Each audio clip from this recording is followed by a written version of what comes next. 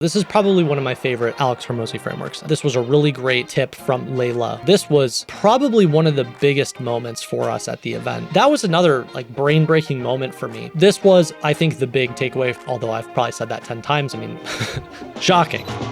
I spent $5,000 and my business partner spent $5,000. So together we spent $10,000 going to Alex and Layla Hormozi's business workshop at their acquisition.com headquarters in Las Vegas. It was a ton of fun. We stayed at the Wynn Hotel. It was great. And in this video, I'm going to do a review of the event. So if you're thinking about going, you know what to expect.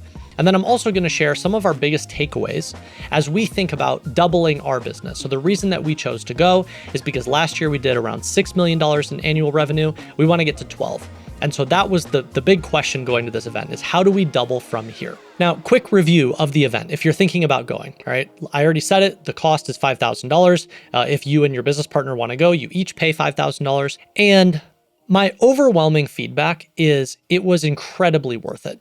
I have been to a bunch of different events over the years. I've gone to a ton of different masterminds. I've done big, they rent out a whole hotel mastermind experience. And I've also done small 10, 12 people in someone's living room mastermind. I've done all sorts of stuff over the past decade being an entrepreneur. And I thought it was incredibly well done. Their attention to detail was 10 out of 10. And one of the coolest parts about the event for me was that you didn't just get to learn from Alex and Layla, you got to learn from their whole portfolio team.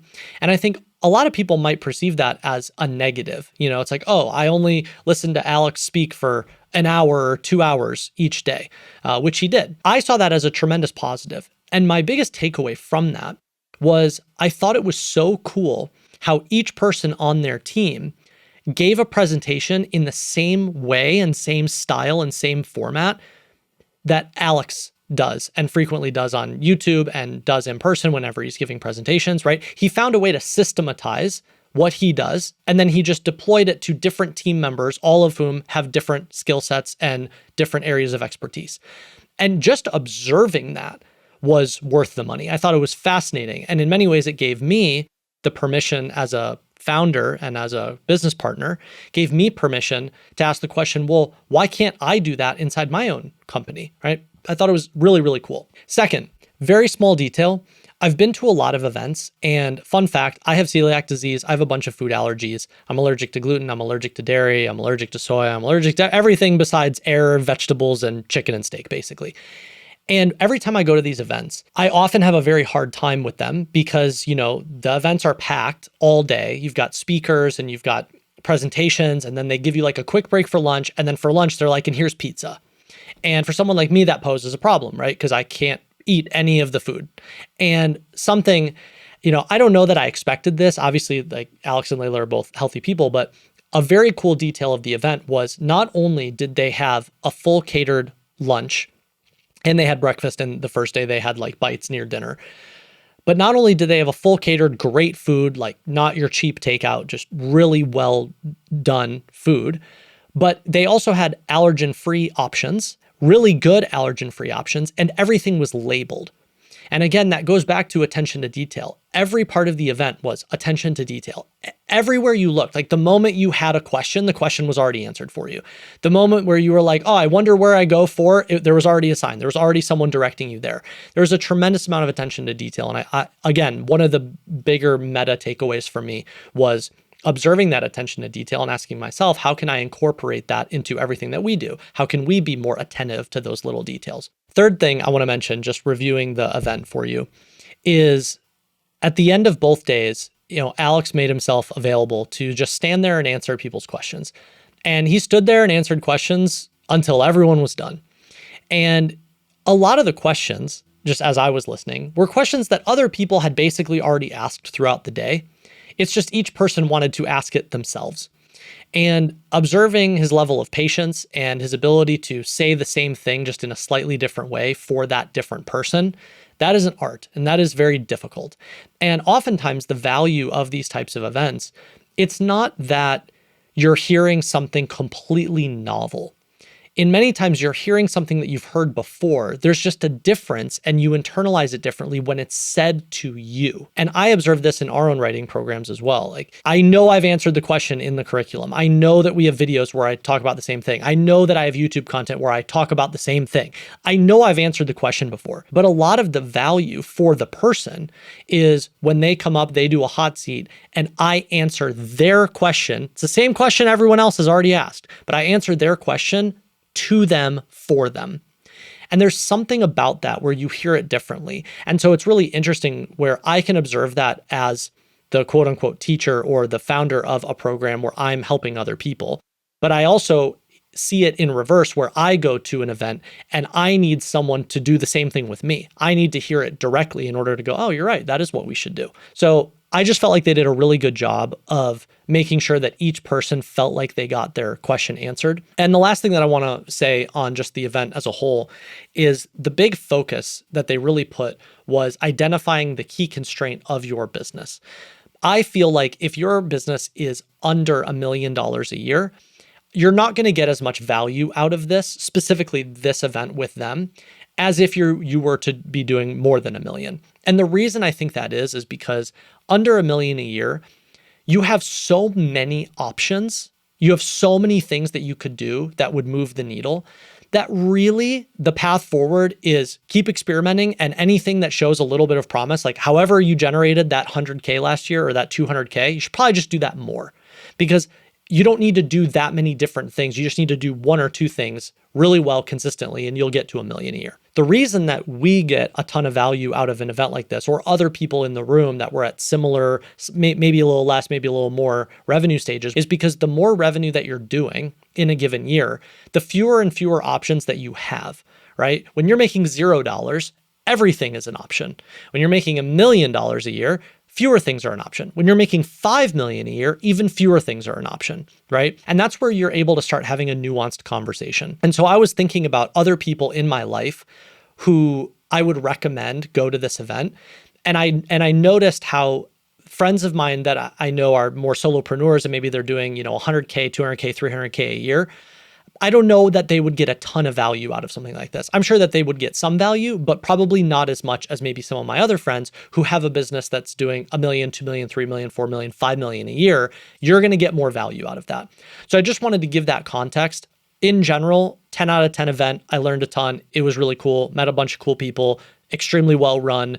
I got a ton of nuggets just on running events by observing the event and being part of it. So if you're on the fence and thinking about it, I think no brainer, you should do it.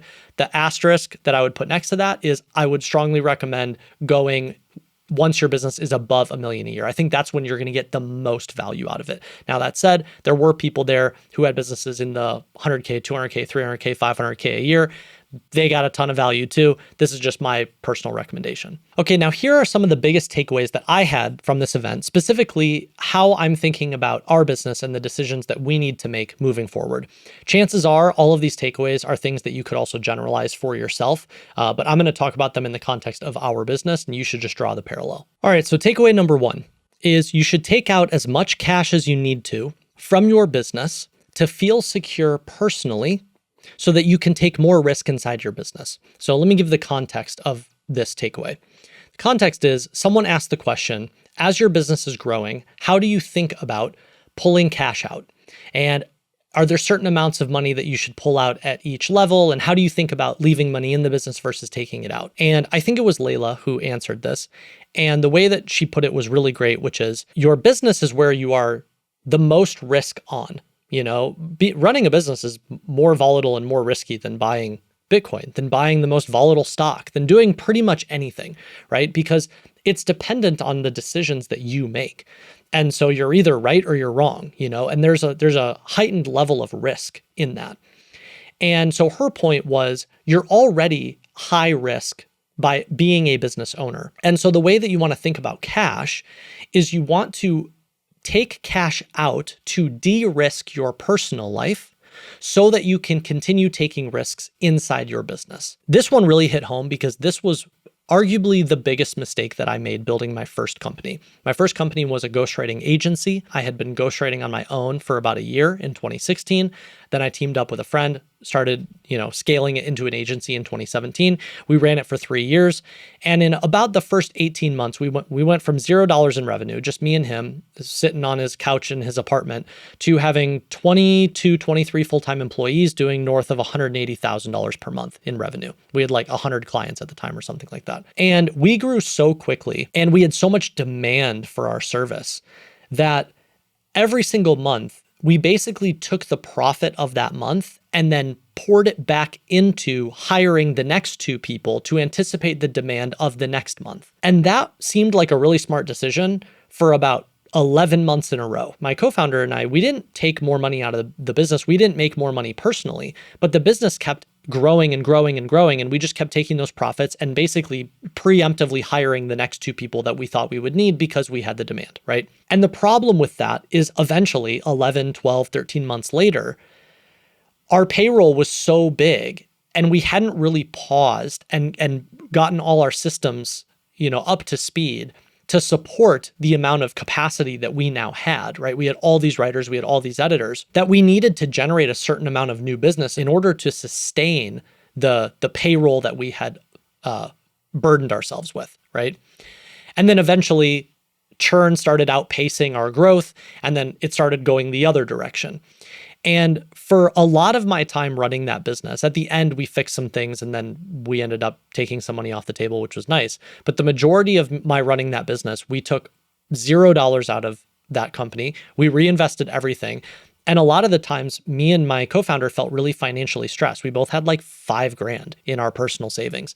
So our business was max risk, 100 out of 100, right? And our personal lives were not de-risked. And so a lot of the stress that I felt during that chapter was being afraid that the business was going to take a turn, which it eventually did, and that personally, I didn't have any cushion. I didn't have any safety net. And so Layla's whole point is the way you think about cash. This took me a very long time to learn. I made this mistake big time. Her whole point was that you want to think about cash as, yes, take risk inside the business, but you also want to take chips off the table so that you de-risk your personal life. And that was one of those moments where hearing her say that in the way that she said it this many years later, I just sat there in the event and I was like, man, I wish I had heard this 8 years ago because I would have made so much more money. Takeaway number 2, above $5 million a year in revenue, you don't bootstrap departments anymore. You hire subject matter experts who then build that department. Again, seems very simple, but it's not. It's easy to understand, but it's actually really hard to execute. And let me explain why. So I've been a bootstrapper for 10 years now. I've started multiple companies. I've generated millions of dollars. I think at the time of recording this, I've probably generated over $20 million in top line revenue across different businesses over the past decade. And I am very used to, whenever I look at a problem, my assumption is that I need to be the one to solve it. I need to be the one to build the thing. And in the beginning, that's true, right? When it's just you, that is what you do because you don't have anybody else. It's just you. And then as you start going along, right, there's different levels of maturity in each business. The people that you hire in the beginning typically are not department heads. If you have a 2 or 3 or 4 person team, you're probably not going to jump to, I'm going to go hire a sales director and build my whole sales team, or I'm going to hire a success manager and they're going to build our entire success department, right? Usually what happens is that you're still entrenched in these various roles and you start hiring people that help you. Right? They make your life maybe a little more efficient, or they take a couple things off your plate, but you're still in many ways the builder or the manager. But around 5 million a year, and we really felt this past year, what starts to happen is that the team grows to a point where it almost becomes impossible for you to play all these different roles. And so you start hiring out of necessity. And I had this feeling a lot this past year where I felt like at any given time or in any given day, there were so many things that needed to be done and there were so many things that I could do. And it was a challenge for me to feel like I was making progress because I needed to do so many different things. I was talking about this with my business partner, Dickie, and we were both sort of feeling this way. And we were both trying to identify like, what's the solution to that? And so we went to this event. We chatted with Alex and Layla, but really we chatted with one of their portfolio team members about this.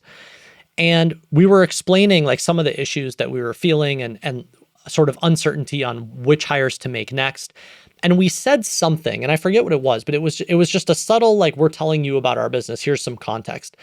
And the person said back to us, and they were like, "Oh yeah, you're not supposed to do that anymore." And both Dickie and I were like, "What? What do you mean?" And he was like, "Yeah, this isn't on you anymore. You're past that point. You have the cash flow.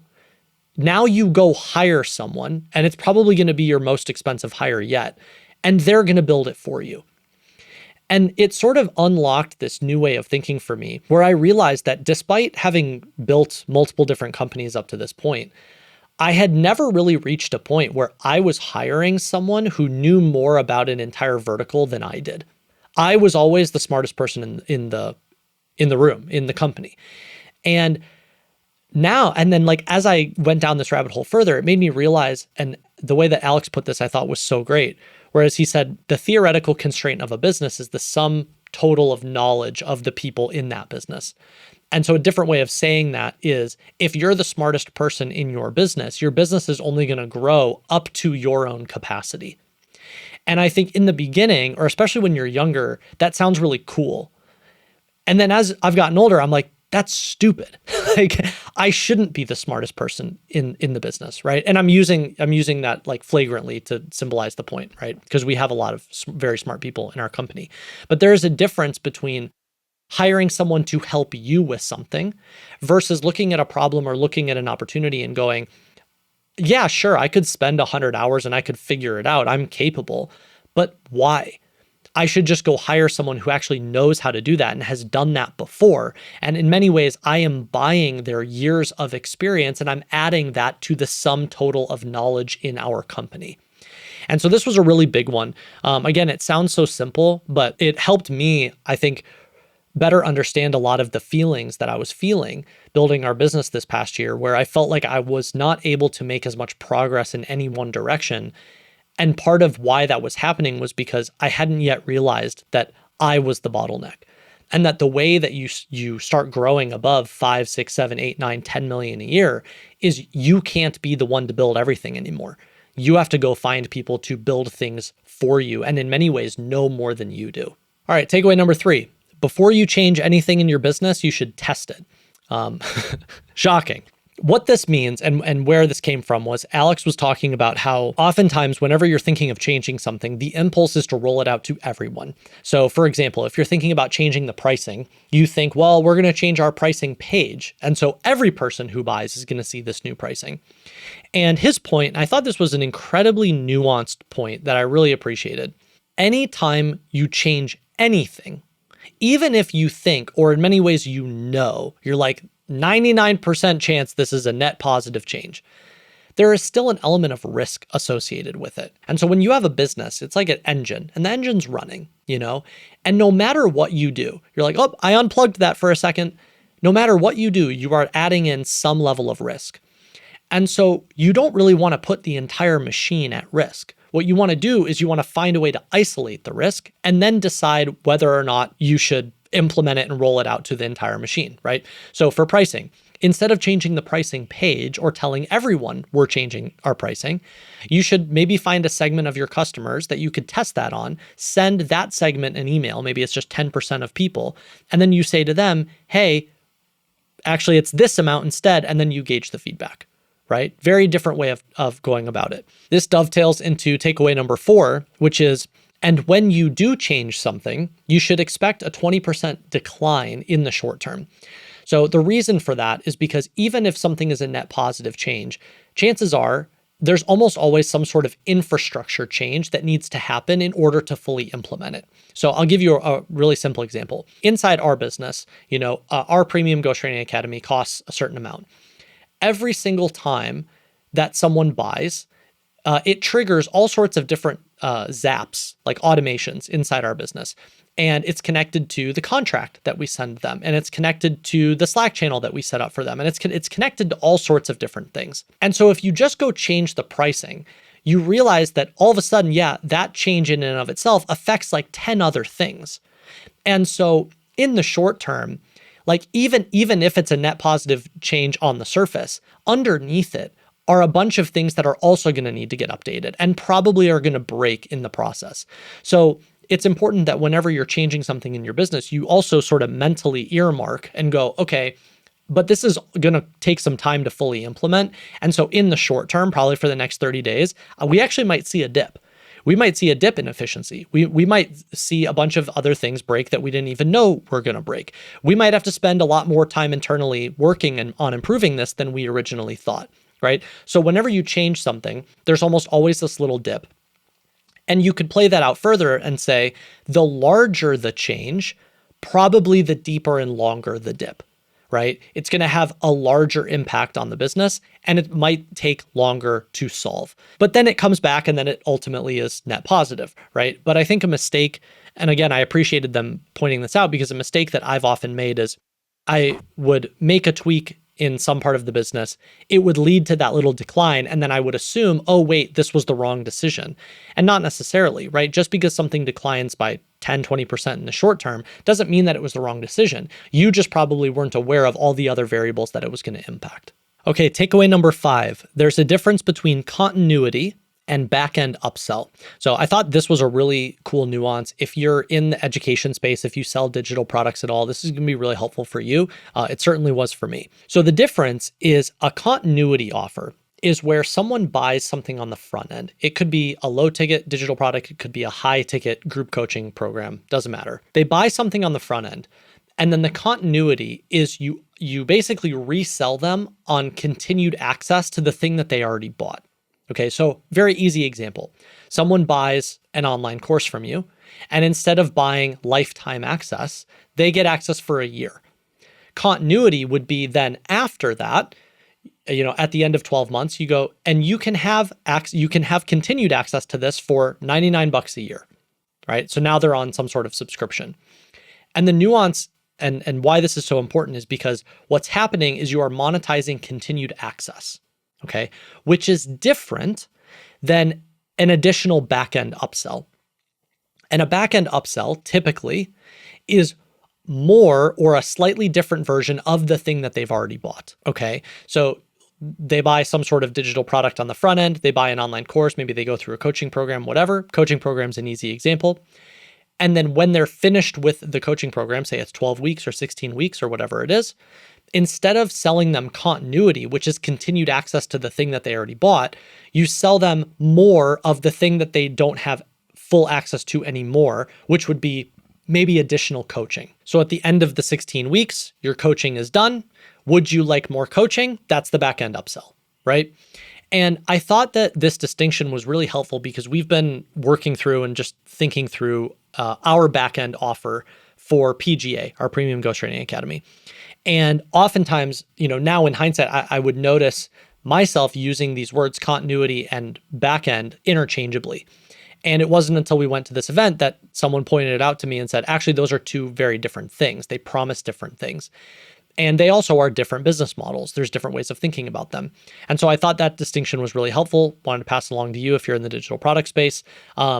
And also, like for us, just made us realize, oh, we don't actually want a continuity. We want a true back-end upsell. So it gave us some clarity there. All right, takeaway 6. Strategy is how you choose to allocate your limited resources against unlimited options. So this is something I've probably heard Alex say 50 times at this point. Hearing it in person made it click a little differently. Sometimes that's just what needs to happen. A mistake that I think I've made in the past, whenever I'm thinking about, what's the right thing to do or what's the next thing to do, is I'll start with a blank slate and almost ask myself the question, well, what are all the things that I could do? And I've learned that that's actually the wrong way to think about it. And this is a great way of summarizing why that's the wrong way to think about it. Because the truth is not everything is an option. Most of your options, if not all of your options, are constrained first by your available resources, whether that's, time, energy, attention, money, whatever it is. And so you don't really want to start from a place of what's everything I can do. You want to start from a place of my limited resources, what can I do within those constraints? And then you can take it a layer deeper. And I've heard Alex say this a zillion times, but it's such a great focusing question, which is of my limited resources and of the things that I can do within those limited resources, the two things that move the needle the most are which one gets me more customers and which one makes my current customers worth more. And through this lens, it has made me realize how many times I would come up with things to do that, sure, they might be important things to do, or they might have some sort of net positive impact on the business, but they are not really accomplishing either of those two things. They're not about getting more customers, and they're not about making customers worth more. And so then it makes sense why I've had these periods in the past where I'll spend 3 months on something that I felt like was a really important upgrade, and then I roll it out, and then the business is still at the same exact size that it was. Sometimes that's what needs to be done, but I think the vast majority of the time, you want to prioritize your decisions based on those two things. Which one gets me the most customers and which one makes them worth the most money to the business. And anything on that list that doesn't accomplish one of those two things probably isn't the right thing to work on at this time. Takeaway number 7, more, better, new. So this is probably one of my favorite Alex Hormozi frameworks. I think it summarizes the thought process extremely well. So the framework goes like this. First, you want to max out more. So until you are doing the maximum amount of volume of anything, you just have more to do. Then once you've maxed out volume, you then improve the reps of and within that volume, right? So it's about doing the same maxed out volume, but better and better and better. And then, and only then, once quality volume is the constraint, do you consider doing something new or doing something different? And what I love about this framework, and especially the first time I heard it, is it made me realize how one of the biggest mistakes that I've made in the past 10 years of being an entrepreneur, and I've made this in every facet of my life, not just building business, is whenever something would start to get hard, I would skip more and I would skip better, and I would just look for the next new thing, the next new shiny object. And so what happens is you pick something new, you start, you do a little bit of volume, more, you run into an obstacle, you don't like that obstacle, you don't like that friction, you look for something new. You do a little bit of volume, you run into an obstacle, you don't like that obstacle, you look for something new. And you just stay stuck and stay within that vicious cycle over and over and over again. A different way of thinking about this framework, and this is the thing that really clicked for me at this event. In the context of risk, when you're thinking about what things to do within your business in order to make it grow, doing more is the least risky thing you can do, okay? And there's a lot of benefit to that. When the machine is working and you go, how do I make this machine grow? But how do I minimize the risk of disrupting the machine? The single best thing that you could do is to look at all the things that are working inside your machine and go, can I do them more, right? A joke that we have inside our business, and we say it all the time, is whenever we want something to grow, we go, well, we should probably just send more emails. Because verifiably, every time we send more emails to a segment, we make more money. So doing more is the least risky thing you can do. Doing better has some risk associated with it, right? But it also has some incremental reward, right? There's typically more reward with doing something better than just doing something more. So if you're going to try and do something better, you have to recognize that you are adding in an element of risk to your business, right? But if you get it right, there's higher upside. And if you get it wrong, well, there's more downside. Okay, so this is like the middle range. Doing something new or doing something different is where you have the most outsized returns and also the most risk. So this is something that we really felt this past year. We started experimenting. Our whole business has been built on organic traffic for the most part. And we started experimenting with paid. So using paid media to go after completely cold audiences. We felt like we needed to do something new in order to have our business grow. When you do something new, you're adding in the most risk possible. And we saw the upside and we were like, well, if we get this right, our business might triple. This would be amazing. This would be a grand slam. But instead, we got it wrong. We learned that actually paid is a completely different skill set. It's going to take way longer than we originally thought in order to do it well. And so as a result, we lit about $300,000 on fire. And so that's the pro con of doing something completely new, especially at a business of our size, is that sure, if you get it right, it leads to the most exponential outsized returns. But if you get it wrong, well, you also are going to feel the depths of your despair, right? And so I really like this way of thinking about more, better, new. And by the way, most of Alex and Layla's feedback for people when they would say, this is my business and this is how we make money and this is how we find customers, what should we do? All Alex and Layla would ask is like, what are the things that are currently working? Why aren't you doing them more? And then if they already were, it was, why can't you do them a little bit better? What if you invested more resource into that thing? Very rarely was it, you should go do something completely different. And so this was a really important takeaway for me and for us. But I also really like the More Better New framework in the context of risk. I think it helps ground why this is so important in the decisions that you make for your business. All right, takeaway number 8, CEOs think more like investors and less like managers. So again, I'm really starting to feel this at our size of business now. This does not make as much sense when you're doing a couple $100,000 a year, or you're doing like $1 million or $2 million a year, right? You're still too entrenched in it. But the bigger the business gets, the fewer things move the needle. The fewer things that move the needle inherently mean that they are bigger projects. Bigger projects cannot be measured over a short time horizon. They have to be measured over months or sometimes years, which means it's about picking the right ones, and it's about finding the right people to execute that specific project over a specific time horizon or a longer time horizon. And so from here, and I can really feel it at our stage, it's less about, me and my business partner, Dickie, sitting down and pushing ourselves for 14 hours a day and doing like, oh, we just got to grind through it. That's what we did our first year. That's what we did our second year, and that made sense because in many ways it was just us. But now we're at a point where it's actually not about that. It's about identifying the right people and looking at people and departments almost like separate investments. Like think of it like you're managing a portfolio of stocks. And your job is to figure out how to maximize each person and give them what they need so that their big project continues to move on its own. It's not about you sitting down and working 14 straight hours grinding stuff out anymore. It's about the quality of your decisions. So inherently, you start to think more like an investor rather than just like an in-the-weeds manager or even like an individual contributor. When we were first starting out, it was, oh, we want this business to grow. I guess Cole's got to lock himself in his office and record 50 looms for the next digital product, right? And now as the business grows more and more, it's less and less about that. Takeaway number 9, how you achieve the goal is irrelevant. So this was probably one of the biggest moments for us at the event. Was at the end of the first day, we hung around and Alex was standing there answering people's questions, and people were just having drinks and kicking it. And the question that Dickie and I asked him was, here's where our business is right now. We're exploring new ways of attracting more customers. And do you feel like we should get into paid ads? We felt like that was the right decision because that's what we had seen so many other people do. And we were like, oh, in order to achieve our goal, in order to grow, I guess we need to do paid ads, or we need to do top of funnel cold ads to audiences that don't know who we are.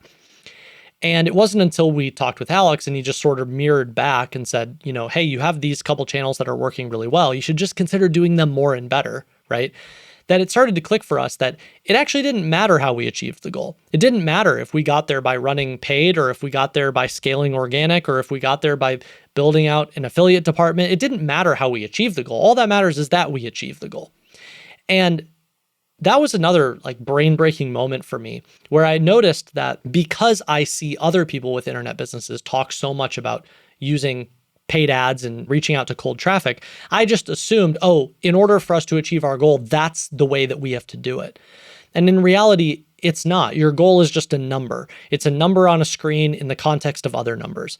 And so how you get there is really irrelevant. All that matters is that you accomplish that goal and that you get to that number. This gave us a lot of permission to just keep doing what we're doing and keep doing what's working well, just do it more and better. And then a couple rapid fire takeaways just to end this. Takeaway number 10, don't underestimate the value of a better team member. So a really interesting thought exercise that we walked away with was, if you go down the list, look at all of your team members, all of your employees, all of your VAs, everyone that works for you and with you, and ask yourself the question, what does it look like to find someone with maybe 10 plus years more of experience doing that role, even if you had to pay them double or triple what you're currently paying for that role. And how we got there was Alex was saying, the employees that he hires for his portfolio business are some of the most expensive employees he's ever hired. And he was like, don't underestimate the difference between a $5,000 a month employee and a $50,000 a month employee. And I thought that that was a really interesting thought exercise to look at all the different roles in a business and ask yourself the question, what would it look like to find the absolute best person on planet Earth to fill that role? Now, you might not, A, be able to attract them, B, you might not be able to afford them, and C, you might not even want to or need to. The person in that current role might be great.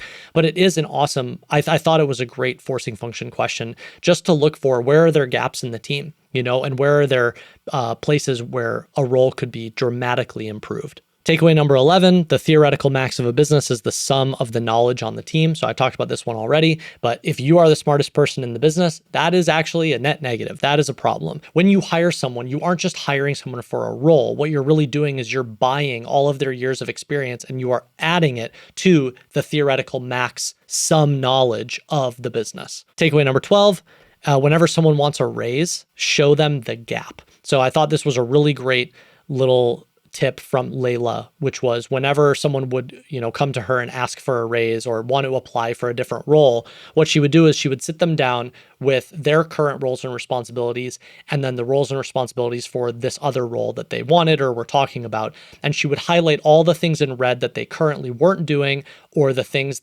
or skills that they didn't have yet. And she would just explain it very simply and very objectively. She's like, I would love to give you the chance to grow into this role or to one day take over this role, but I want to point out where the gap is. Here's where you are right now. Here's the skills that you have. Here's the responsibilities that you have. Here are all the things that you don't have yet. And if you would like this role, well, now we can focus on that. And, I'm happy to find a way to work with you or maybe invest in you or give you the tools and resources that you need to acquire these skills and take over some of these responsibilities. But this is the gap. This is where you are right now. This is where you want to go. And you're not there yet.